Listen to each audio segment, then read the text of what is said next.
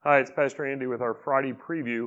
And after having taken a 1-week break to commemorate the service of Mel as a deacon, this week we are returning to our Unsung Heroes series. And next week we'll be taking another break as we have Youth Sunday. And so we're kind of on again and off again for a few weeks. But this week we're going to look at two different men. One of them named in the Bible. One of them, honestly, I can't tell you whether it was a man or a young boy or a teenager, don't know, but we don't know much about this. But these are two unsung heroes. One we're going to see in the Old Testament, looking at Esther chapter 4, and this man, Fairfax, is actually the reason behind this series. As I was reading through the Bible in 2020, and I came across this passage, and like, Fairfax, I mean, I've read this countless times, but I just never picked up on his name. And I know I'd read this passage many, many times because this is the infamous passage for such a time as this. Well, anyway, that's the Old Testament. At least he has a name, mentioned 4 times, all in this chapter. But the one in the New Testament in Acts 23, we don't know his name.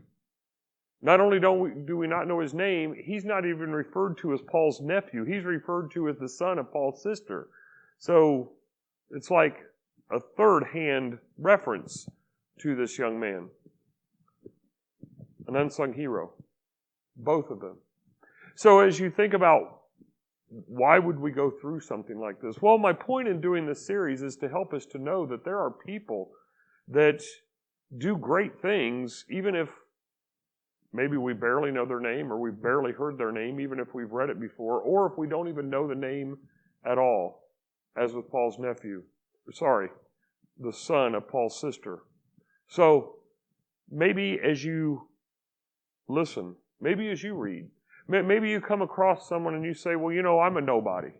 Because that's what this message is about. It's about a bunch of nobodies. It's about 2 nobodies in particular, 2 absolute nobodies, that if they hadn't done just something for God, well, in one case, thousands of people would have been killed, and in another case, thousands of people would not have been saved. So perhaps you're thinking, well, I'm just a nobody. Well, join the club, because God can use nobodies in a great way. So, Esther chapter 4, Acts 23.